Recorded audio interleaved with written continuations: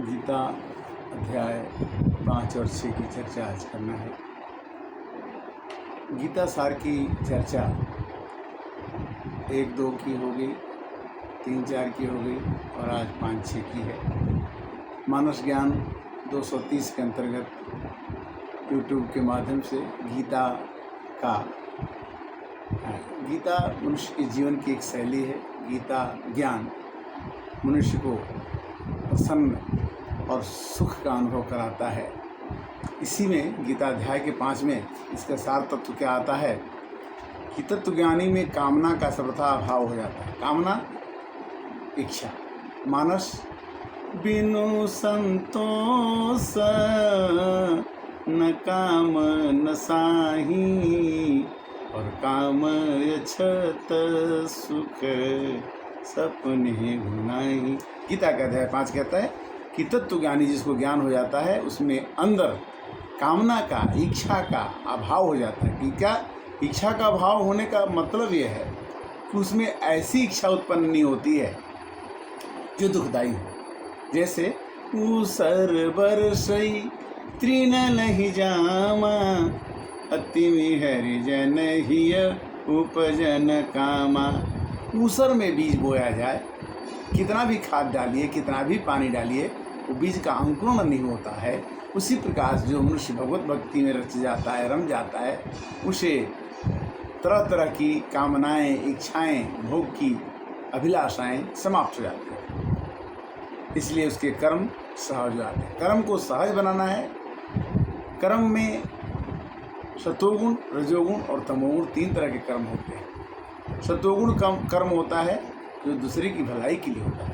रजोगुण कर्म जो होता है वो अपने को सुखी रखने के लिए किया जाता है। और तमोगुण कर्म जो होता है वो दूसरे को दुख पहुंचाने के लिए किया जाता है। उसमें कर्तापन का अभिमान नहीं होता। कर्तापन माने जब भी हम ये कहते हैं कि मैं कर रहा हूँ तभी मनुष्य को दुख होता है। मनुष्य की दौड़ तभी है कि अतिरिक्त मेरे को चाहिए, इससे ज़्यादा, इससे ज़्यादा, इससे ज़्यादा। यही मनुष्य का दुख है। जितना है तूने मुझे मालिक बहुत कुछ दिया है, तेरा शुक्रिया है, तेरा शुक्रिया है। कहते हैं इस प्रकार कर्मयोगी के भी कर्म कुछ बिगड़ नहीं पाते। कर्मयोगी ही सांख्य योगी हो जाता है। सांख्य योगी क्या होता है? जो धन तो इकट्ठा करता है किंतु सबके लिए करता है। जैसे आम का फल फलता तो है किंतु एक भी आम नहीं खाता, दूसरे को देता है। नदी में पानी बहता तो है, नदी पानी नहीं पीती, दूसरे को देती है। उसी तरह से संतों का धन जो है, संत के पास करोड़ों रुपये होते हैं तो किसी औरतों की शादी में, किसी के स्कूल खोलने में, कोई अस्पताल खोलने में लगा। अच्छे संतों की पहचान ये है कि निंदन्ति निपुणाय द्वा सत्वंतु लक्ष्मी समावेशितवाय सृष्टम यद्दैवा मर्मस्तु जुगे अंतरेवा न्यायात तथा प्रवचलंति पदम न धीरा।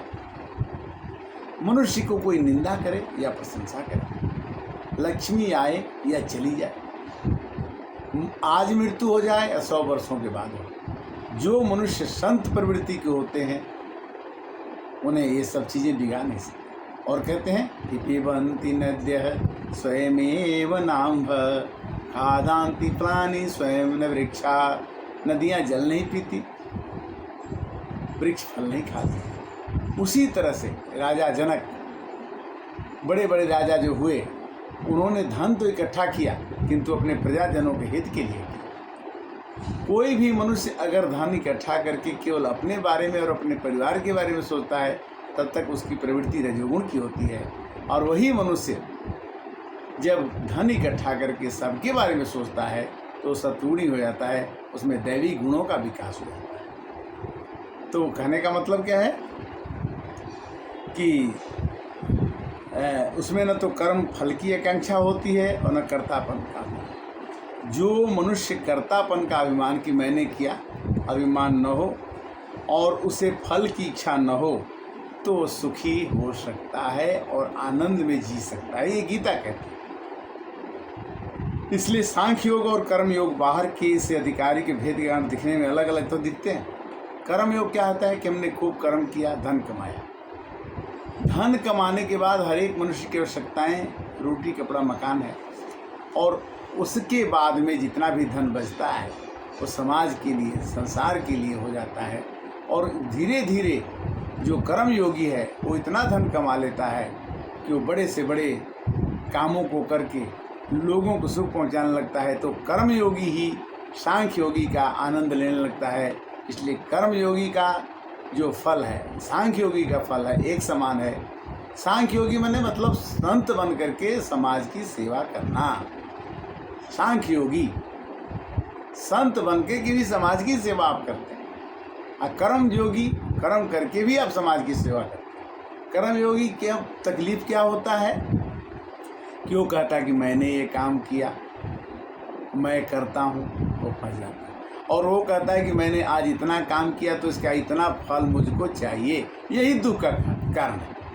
कर्मण्येवाधिकारस्तु मा फलेषु कदाचन।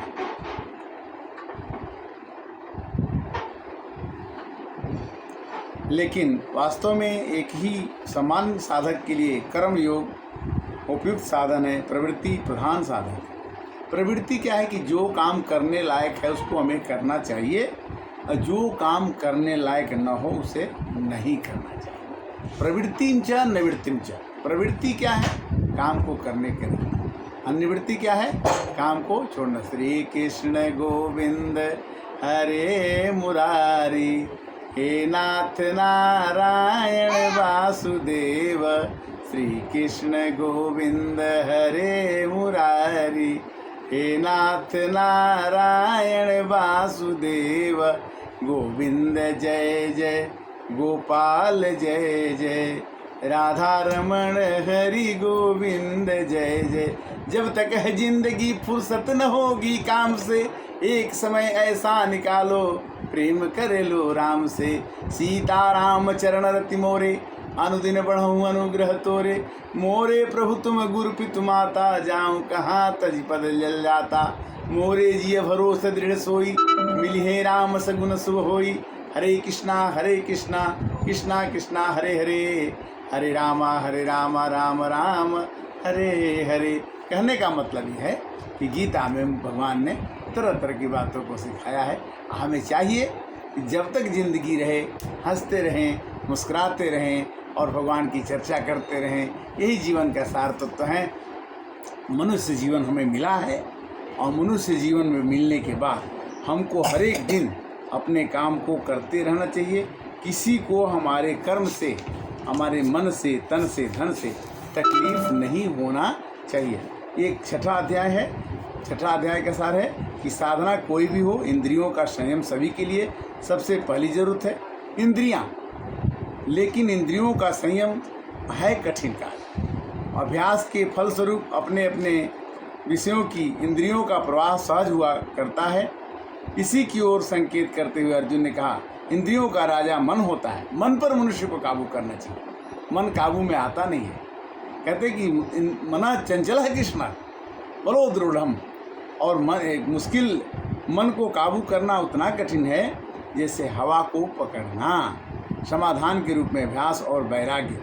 अगर अभ्यास किया जाए और वैराग्य किया जाए तब मनुष्य को अपने मन को काबू किया जा सकता है।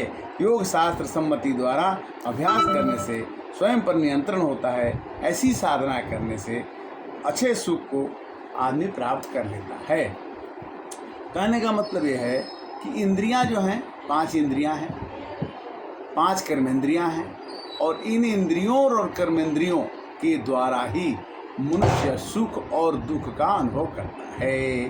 साधना कोई भी आप कीजिए, अगर आपकी इंद्रियां आपके बस में नहीं है तो साधना सबसे नहीं हो सकती।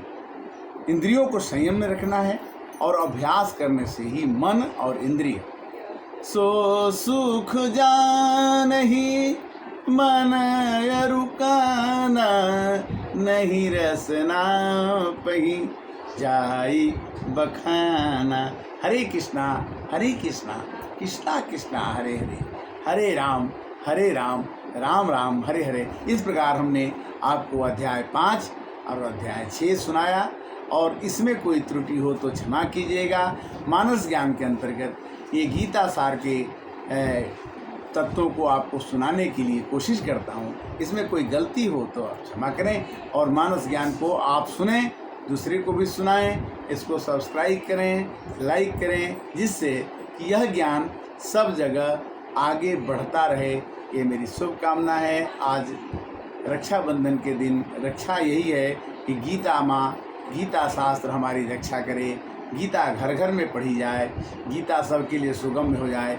गीता को YouTube पर हम इसलिए कहते हैं कि गीता के पढ़ने से हमने तो आनंद पाया, हमने तो सुख पाया, हमने तो दिशा पा ली, हमने तो गीता में पढ़ करके गंगा में स्नान करने का आनंद ले लिया।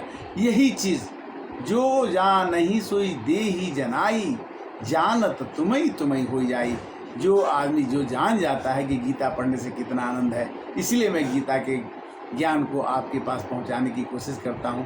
इस बात ज़रूर है कि जो इस गीता ज्ञान को सुन रहा है वो ज्ञानी होगा, तो उसके लिए अगर मेरे से कोई त्रुटि हो तो वो उपदेश मेरे लिए वो शिक्षक बन सकता है। अगर कोई इससे कुछ सीखना चाहता है, अगर उसको कुछ शिक्षा मिल जाएगी, तो हम उसके लिए हमसे सदैव कृतज्ञ रहेंगे कि हम इस समाज के लिए कुछ करने के लिए आए थे। इस संसार में आदमी बहुत काम करने के लिए आता है, किंतु जो संसार के लिए, समाज के लिए कुछ कर सकता है, उसी का जीना तो है उसी का, जिसने ये राज जाना है काम आदमी का, दूसरों के काम आना, जीना तो है उसी का। कहते हैं कि मनुष्य जो है, भगवान वो है जो दूसरे को दुख को हरण करता है, जो दूसरे के काम आ जाए उसे इंसान कहते हैं, जो पराया दर्द अपनाए उसे भगवान कहते हैं। भगवान पराये दर्द को अपनाते हैं। जो काम दूसरे का आता है उसे इंसान कहते हैं। इंसानियत रखिए तो भगवान हमें 39 गुणों को दिए हैं और 39 गुणों को दैवी गुण कहते हैं। हम आज उसकी भी चर्चा करेंगे। और पुनः एक चीज़ और बताऊंगा कि 7 सितंबर को हम संपूर्ण गीता का पाठ करेंगे, जिसमें कि 700 श्लोक होंगे और 11 बजे से 1 बजे तक आपको YouTube पर लाइव होकर दिखाएंगे। तब तक के लिए क्षमा कीजिए। हरे कृष्णा कृष्णा कृष्णा हरे हरे, हरे राम राम राम हरे हरे।